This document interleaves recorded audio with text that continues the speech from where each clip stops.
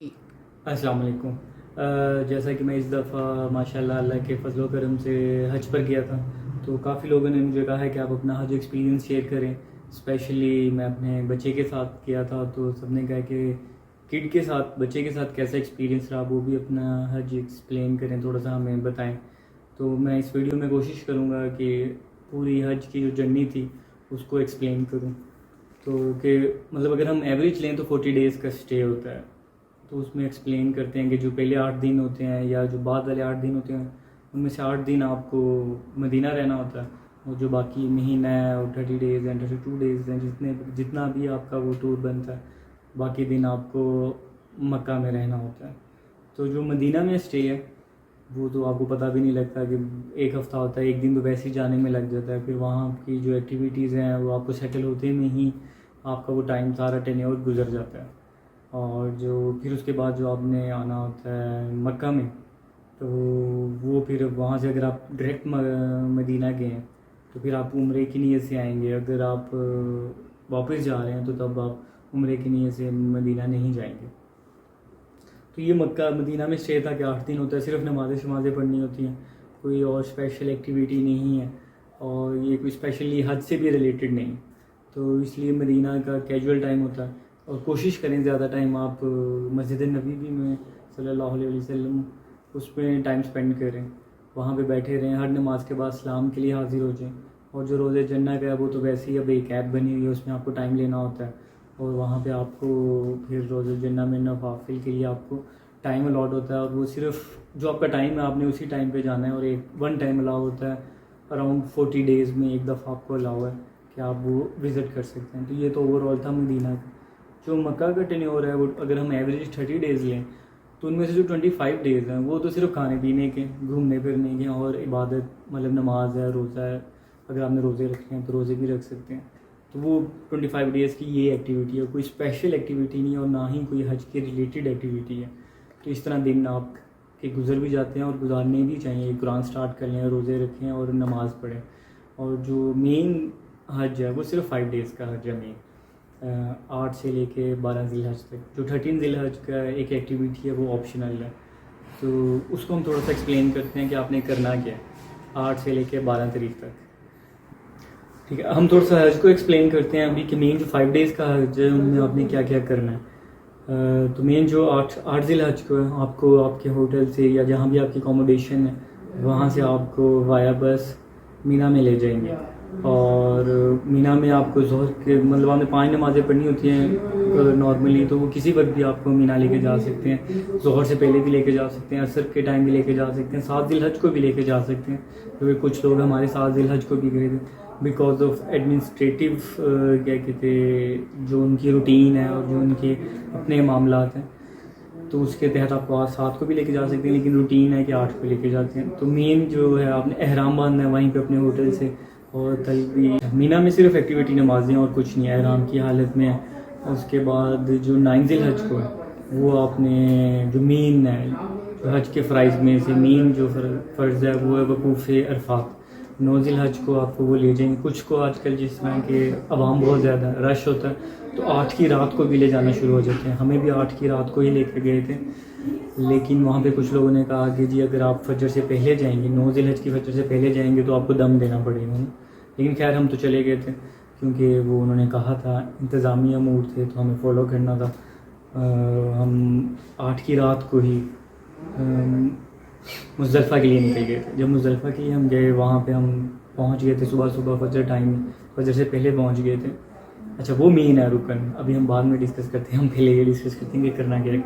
9 ज़िलहज को वकूफ़ अरफात है जो कि ज़ोहर के बाद मगरिब टाइम तक होता है। अच्छा, ये अगर आपका मिस हो गया तो आपका पूरा हज मिस हो गया। तो इसमें आपको स्टे करना है, ज़ोहर से पहले पहले आपको पहुंचना है, या मतलब आप ज़ोहर के बाद भी पहुंच सकते हैं, कोई इशू नहीं है, लेकिन ज़ोहर से मगरिब के दरमियान आपको वकूफ़ अरफात करना है, आपको वहाँ पे पहुंचना है। अगर आप पहुंच गए हैं तो ज़ोहर असर की इकट्ठी नमाज़ें वो होती हैं, वो आपने इकट्ठी नमाज़ें पढ़नी है, और ये मेन है। अच्छा, उसके बाद मगरिब के बाद मुज़दलिफ़ा के लिए 9 ज़िलहज को निकल जाते हैं, क्योंकि अब मुज़दलिफ़ा में भी आपने रात को क़याम करना होता है, सुन्नत भी है। तो मगरिब के बाद आपको मुज़दलिफ़ा ले जाते हैं और रात आप क़याम वहीं मुज़दलिफ़ा में करते हैं।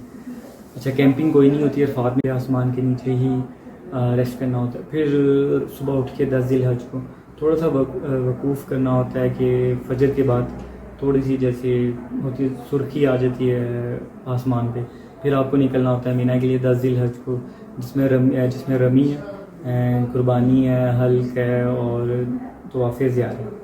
अच्छा, ये तरतीब होती है कि मैक्सिमम लोग तो तरतीब को फॉलो करते हैं, लेकिन वहाँ पे जनरली लोग तरतीब को फॉलो नहीं करते। बस रमी के बाद कुछ लोग कुर्बानी का वेट करते हैं, कुछ लोग हल्क करवा लेते हैं, तो वो वहाँ पे है। लेकिन मेन एक चल रहा है कि रमी करेंगे, रमी के बाद कुर्बानी का वेट करेंगे, फिर हल्क करवाएंगे और फिर तोहफ़े ज़ियारत करेंगे।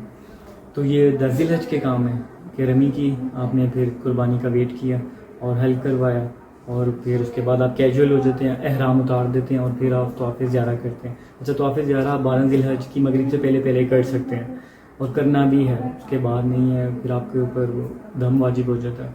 तो आपने 12 से पहले करना है तोहफ़े ज़ियारत। अच्छा, उसके बाद फिर आप 11 ज़िलहज आ जाता है। 11 ज़िलहज को सिर्फ रमी है और 12 ज़िलहज को भी रमी है। 13 की ऑप्शनल है रमी। अगर आपने जाना है तो आपको 12 की मगरिब से पहले मीना छोड़ना पड़ेगा। अगर आप मगरिब के बाद जाते हैं फिर आपको वो मीना में ही स्टे करना पड़ेगा और 13 की रमी करके फिर जाना पड़ेगा। हज के मेन जो 5 डेज़ हैं उनकी एक्टिविटीज़ हैं कि हमने उन 5 डेज़ में क्या करना। अच्छा, अब इश्यूज़ क्या फेस रहे हैं जो इस दफ़ा लोगों ने हज किए, उनको इश्यूज़ क्या फेस रहे? जो मेन इश्यूज़ फेस आए वो मीना में था कैंपिंग का। मतलब जो बेडिंग थी, जो कैंप थे, बेड थे, तो वो एक तो शायद पूरे नहीं थे, दूसरा उधर कोई लीडर नहीं था। मतलब अगर मैं कहूँ कि हम जिस कैंप में गए तो वहाँ पे मतलब दूसरे मकतब के भी लोग आए हुए थे, तो हम जब गए कैंप के बाहर लिखा हुआ था 9 और 110, तो 9 और 110 का मतलब है कि 9 और 110 के ही लोग यहाँ पे स्टे करेंगे। लेकिन जब अंदर गए तो पता लगा कोई 111 का भी है, 112 का भी है, 10 का भी है, तो काफ़ी लोग और इन्वॉल्व थे, तो उनको निकालना एक हेडेक था वहाँ पे। तो इस तरह का एक इशू आया वहाँ पे बेडिंग का, और बेड इतने क्लोज थे तो मतलब लोग सामान रख रहे थे और तो लेटने की जगह नहीं बच रही थी। अगर आप लेटते तो सामान कहाँ रखें, तो एक ये इशू था। थोड़ा सा उसको पुअर मैनेजमेंट कह सकते हैं कि अगर वहाँ पे कोई बंदा होता तो वो अगर उन चीज़ों को सेटल कर लेता, देख लेता, तो ये चीज़ें वहाँ पे रिजॉल्व हो सकती थी। फूड का भी थोड़ा सा इशू था, लेकिन खैर उसमें मैं मैक्सिमम बताऊँ तो हमारी अपनी आवाम का और हम लोगों का ही कसूर था कि वो फूड जैसे ही आती थी तो लोग बाहर से ही खींचातानी कर लेते, और अगर एक लंच बॉक्स है तो एक बंदे की कोशिश थी तो 2-3 लंच बॉक्स रख लें, और बाद में वो फिर लोगों को देते फिरते थे। मतलब फिर वो लोग कोई खाता नहीं था, बिकॉज ठंडा हो जाता था। अगर जूस हैं तो गर्म हो जाते थे, तो कोई पीता नहीं था। तो यहाँ पे लोगों का भी एक इशू था कि उनको है, मतलब लोगों का भी इशू है मेन। अगर मैं बताऊँ तो इन सारे इश्यूज़ में लोगों का इशू है कि उनकी जो मैनेजमेंट है लोगों को, और उनके लिए एक लीडर, एक बंदा होना चाहिए था हर कैंप में जो उनको गाइड करता, उनको मोनिटर करता और उनके जो कंसर्न्स थे वहाँ पे एड्रेस करता। और अरफात में भी मेन यही इशू था। जैसे ही बाकी लोग, मतलब वहाँ पे बस ये था कि पहले आओ पहले पाओ वाला फर्स्ट कम फर्स्ट सर्व वाला चल रहा था। तो अगर आप लेट हो गए हैं, बाया बस आ रहे हैं या पैदल आ रहे हैं, तो फिर आपको जगह नहीं मिलती थी। तो मेन इश्यूज़ ये आ रहे थे। अच्छा, और रमी वगैरह के लिए भी ठीक था, सारा निज़ाम ठीक था। तो मेन इश्यूज़ जो थे वो थोड़े से एडमिनिस्ट्रेटिव इश्यूज़ थे, सऊदी गवर्नमेंट की तरफ भी थे और कुछ हमारी तरफ भी थे कि एक अगर एक कैंप में 100 बंदा है तो उनका एक लीडर बना दिया जाए ताकि वो उनको मॉनिटर करें। तो ये मेन इश्यूज़ थे। अच्छा, बाकी हमारा एक्सपीरियंस क्या था बच्चे के साथ रहा, तो बहुत ज़बरदस्त रहा, बहुत अच्छा रहा। स्टार्टिंग में गए तो जो हमारे साथ के हजाज इकराम थे, तो वो जो पाकिस्तानी स्टाइल है कि इनू क्यों ले आए, बच्चे नाल तंगी होएगी, वो बच्चे नू ले आए हो। तो लेकिन बाद में वो सारों ने देखा कि बच्चे ने बड़ा अच्छा मतलब हमारे साथ टाइम भी स्पेंड किया, तो बाकी लोगों के साथ भी अच्छा टाइम स्पेंड किया। तो वहाँ पे फिर लोग हमें देख के कहने भी लग गए कि हम भी अपने बच्चे को ले आते। हमने वैसे ही अपने बच्चों को छोड़ा, हमें भी सबने, माँ ने, दादी ने, नानी ने कहा बच्चे को रहने दो, तो फिर हमने रहने दिया, लेकिन हम ले आते। तो अगर आप हमसे पूछें और मेरी सजेशन लें तो मैं यही कहूँगा कि अगर आपके साथ बच्चा है, किड है, तो यू शुड टेक हिम और हर। उसको आप पीछे ना छोड़ें, साथ लेके जाएं। कोई इबादत में खलल नहीं है, कुछ भी नहीं है। अच्छा, हमने कैसे मैनेज किया? हमने ऐसे ही मैनेज किया कि हम सिर्फ नमाज़ों के लिए जाते थे, नमाज आ जाते थे, कोई एक्स्ट्रा वहाँ पे इबादतें नहीं और कोई एक्स्ट्रा नहीं, ज़ियारतें नहीं कि जी चलो ज़ियारतों के लिए जाते थे, नमाज आ जाते थे, कोई एक्स्ट्रा वहाँ पे इबादतें नहीं और कोई एक्स्ट्रा नहीं, ज़ियारतें नहीं कि जी चलो ज़ियारतें ज़्यादा एक्स्ट्रा कर लें। ऑलरेडी ज़ियारतें की हुई थी, जो लोग पहली दफ़ा जा रहे हैं ठीक है, उनका बनता है कि वो ज़ियारतें कर लें।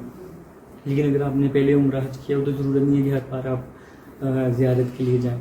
और अगर बच्चा है तो नमाज़ों का हमने एक स्केड्यूल बनाया हुआ था कि हम असर टाइम जाते थे और असर, मगरिब, ईशा, समटाइम्स हम फजर पढ़ के वापस आते थे। तो ज़ोहर की और असर की हमारी कोशिश होती थी कि हम वहीं पे नमाज़ पढ़ लें अपने होटल में, क्योंकि स्वाब उतना ही है आपको अजीज़िया में भी जितना काबा में। तो हमने बच्चे के साथ ऐसे मैनेज किया।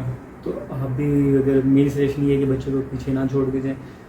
वैसे भी उसके 2 ईयर्स होते हैं और सबसे स्पेशली तो उसका जो मदर फीड है वो एक होता है, गोल्डन टाइम होता है, वो उससे मिस हो सकता है। अराउंड महीना 40 डेज़ वो बेचारा बच्चा मिस कर सकता है। तो आई वुड सजेस्ट कि आप बच्चे को साथ लेके जाएं।